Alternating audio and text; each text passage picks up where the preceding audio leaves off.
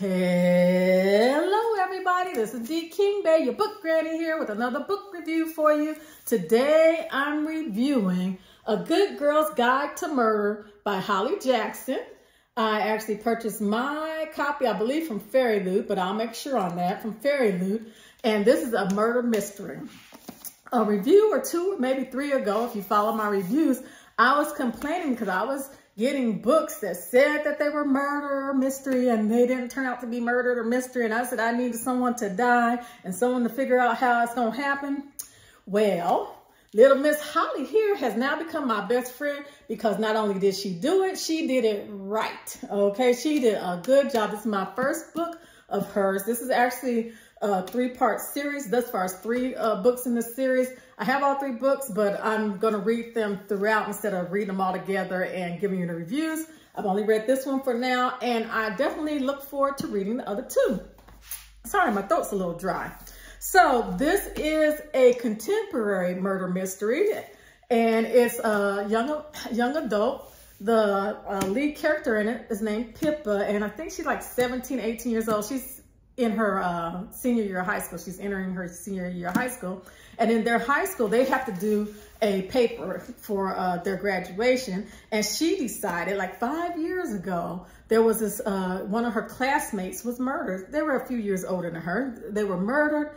And the person accused of murdering this classmate killed themselves. And she just, it just didn't feel right. It didn't sit right with her all this time. So she decides for her senior project, she's going to basically reopen the case.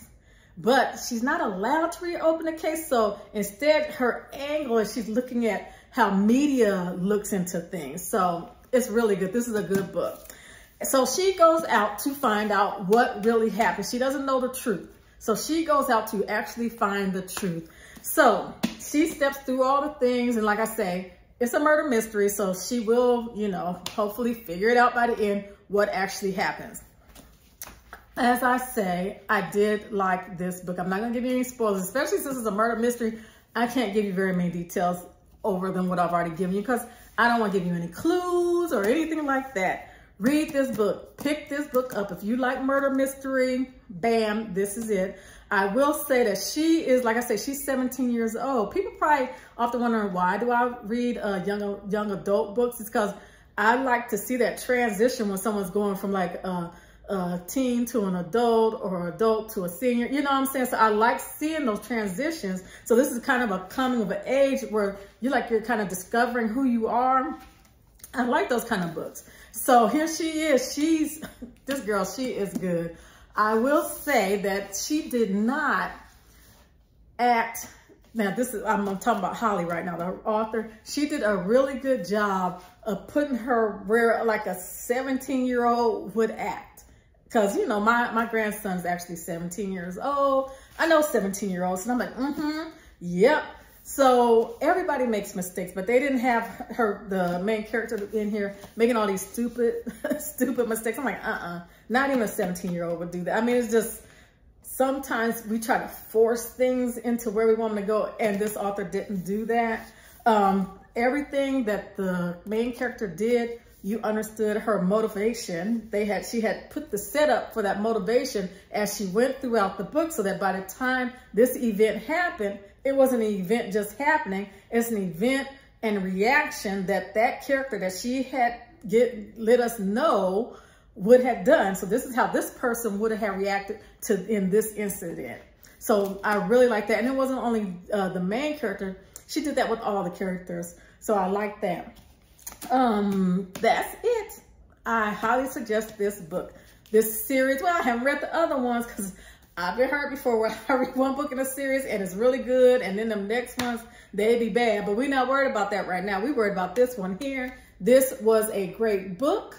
I suggest you pick it up if you like murder mystery, even though like it's young adult, even if you just like reading adult mysteries, this one will still fit. Even though it's set in a high school atmosphere, it still works. So, you know, it'll work. Young adult, it'll still work.